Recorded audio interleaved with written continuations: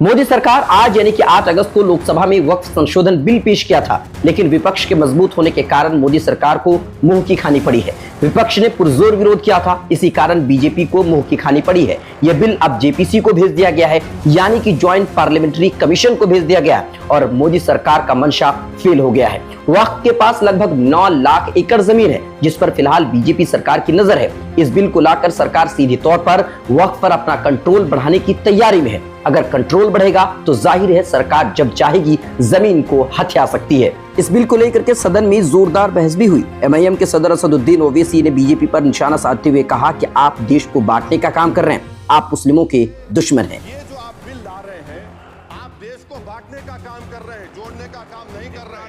आप दुश्मन हैं मुसलमानों के, उसका सबूत ये बिल है। यही नहीं, सपा सांसद मुहिबुल्लाह नदवी ने कहा कि काबा के वक्फ में क्या गैर मुस्लिम भाई भी वहां भी शामिल होंगे? मुस्लिम के साथ में यह अन्याय क्यों है?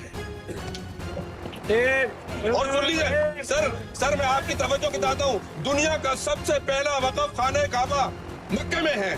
क्या हम उसके ऊपर भी सवाल उठाएंगे कि वहां पर भी हमारा कोई हिंदू भाई हो? हम अपने वकार को, अपनी इज्जत को, अपने मुल्क की, अपने शान को, अपने संविधान को खुद अपने पैरों तले। एमआईएम सदर असदुद्दीन ओवैसी ने एएनआई को दिए इंटरव्यू में एक एक कर इस बिल की खामी को गिनाया और उन्होंने कहा कि कोई अगर जमीन वक्फ करता है तो इनके पेट में दर्द क्यों होता है। साथ ही सरकार के गलत मंसूबों के बारे में भी बताया। छीनना चाह रहे आप जितने दरगाहों पर राइट विंग हिंदुत्व ऑर्गेनाइजेशन का दावा है, जैसा अपने मुंबई में हाजी मलंग की दरगाह है, छीनना चाह रहे। वक्फ बाय यूजर का आप निकाल कर बोल रहे हैं कि डॉक्यूमेंटेशन लेकर, भाई 400 साल का डॉक्यूमेंटेशन रेवेन्यू साथ नहीं निकलेगा तो क्या करेंगे आप? दे देंगे क्या? चेंज कर देंगे?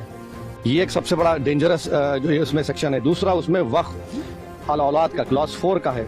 देखिए भारत में जो कानून है ना, वो किसी को रोकता नहीं है कि वो अपनी प्रॉपर्टी को विल के जरिए डिस्पोज करे या किसी को गिफ्ट दे।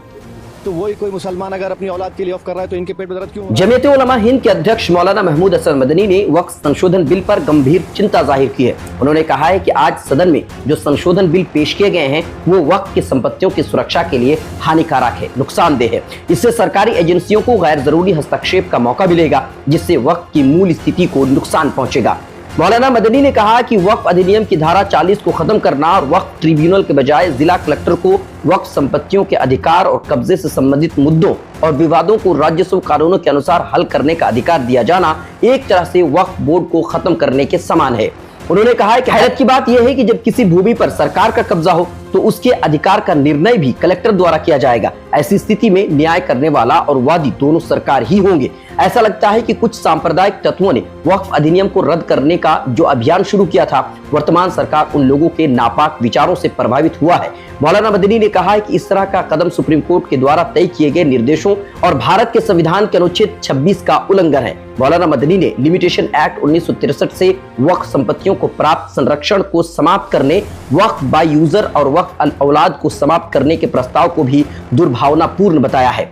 इस बिल के बाबत 4 अगस्त को ही all India Muslim personal law board ने एक प्रेस रिलीज जारी किया था। All India Muslim personal law board के तर्जुमान डॉक्टर कासिम रसूल इलियास ने एक प्रेस रिलीज में कहा था कि भारत सरकार वक्फ एक्ट 2013 में संशोधन के द्वारा वक्फ की सूरत को बदलना चाहती है ताकि उस पर कब्जा करना और हड़पना आसान हो जाए। इस बिल को लेकर के तेजस्वी यादव ने सोशल मीडिया पर एक पोस्ट किया। उन्होंने लिखा है कि वक्फ कानून में संशोधन एक सोची समझी साजिश के साथ भाजपा ला रही थी तथा जदयू लोजपा इस ध्रुवीकरण के औजार में सहभागी रही।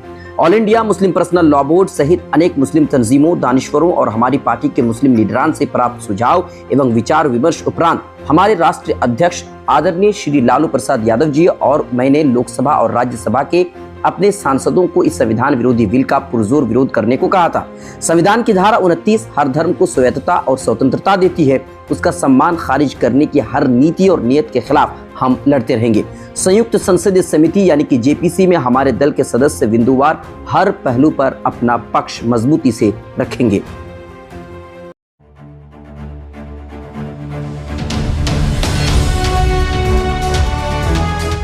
ट्रू रिपोर्ट्स, सच आप तक।